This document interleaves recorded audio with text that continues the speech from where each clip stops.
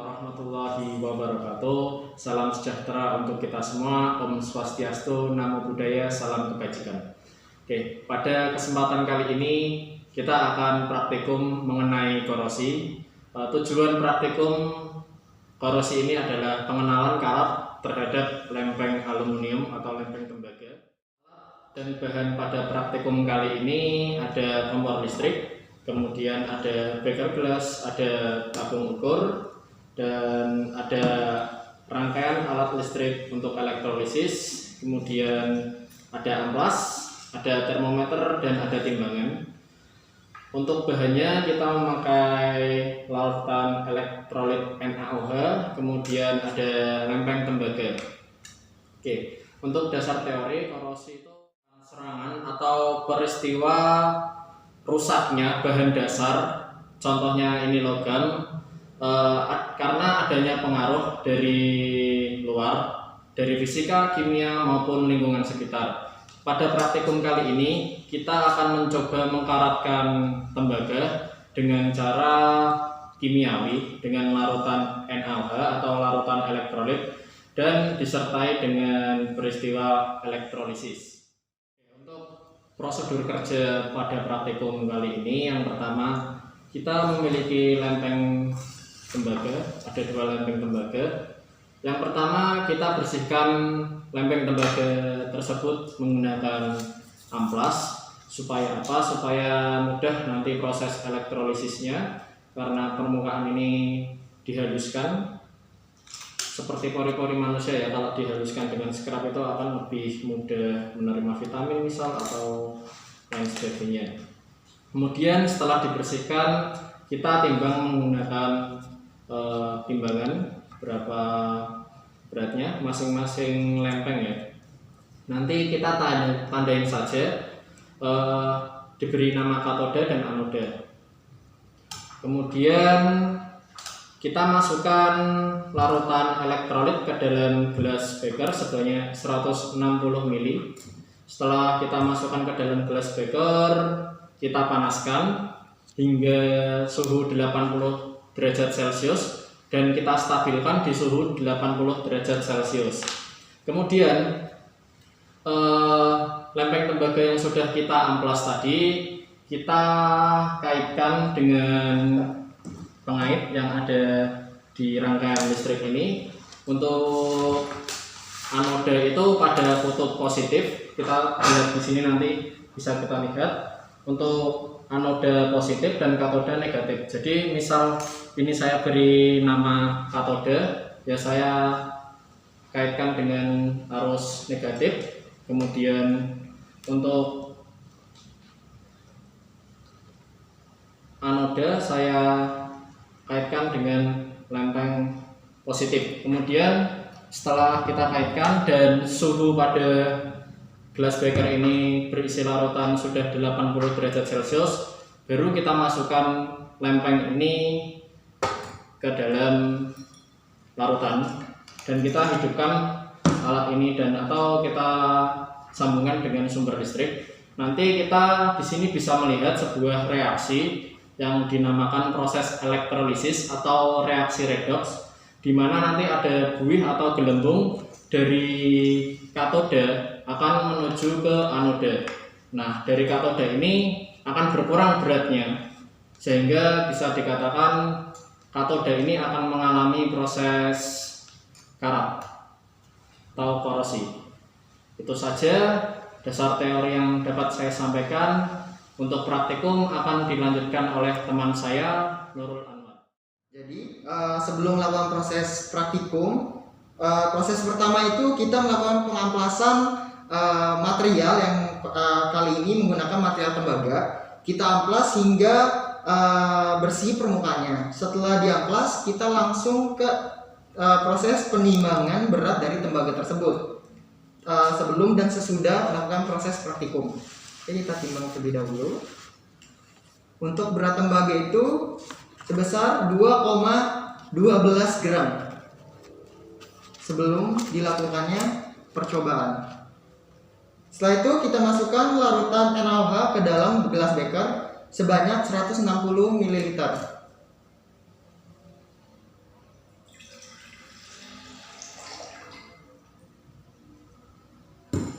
itu kita panaskan kompor listriknya.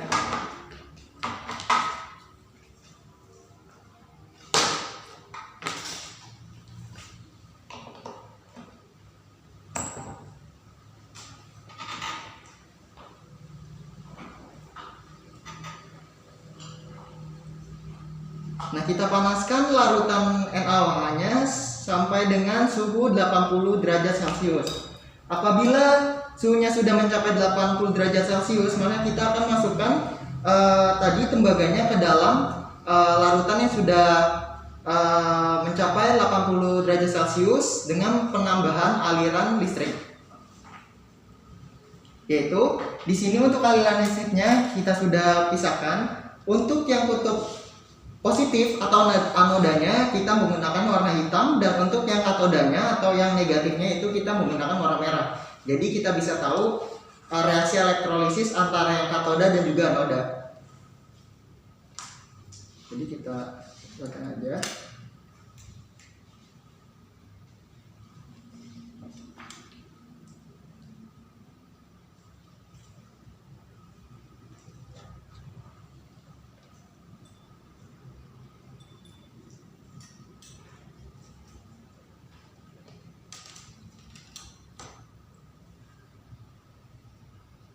Jadi elektrolisis itu apa sih sebenarnya? Jadi dari fungsi dari katoda dan juga anoda, sedangkan untuk yang katoda itu memiliki fungsi untuk reaksi redoksnya, dan untuk yang anodanya itu terdapat reaksi namanya pengkikisan dari material tersebut. Oleh karena itu terjadinya perbedaan antara berat sebelum dilakukan penelitian dan juga setelah dilakukannya penelitian.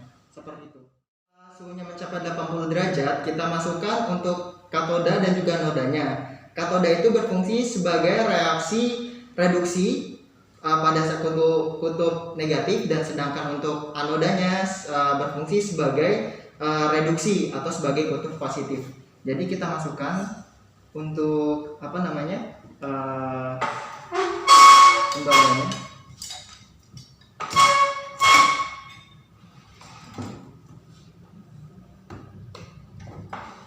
Bisa terlihat prosesnya.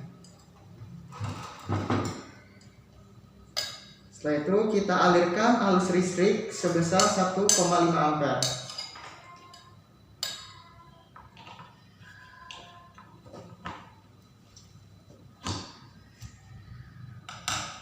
Yang kita dapat lihat nanti terlihat proses elektrolisis.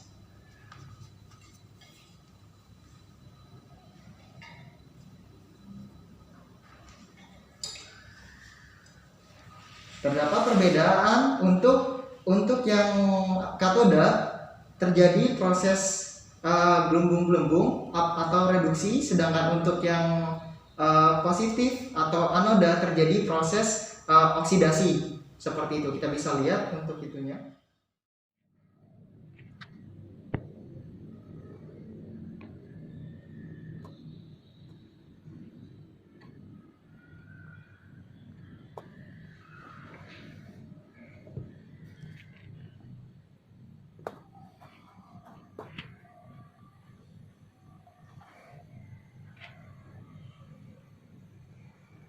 Jadi kita diamkan selama kurang lebih 10 menit untuk melakukan percobaan selanjutnya, yaitu kita timbang.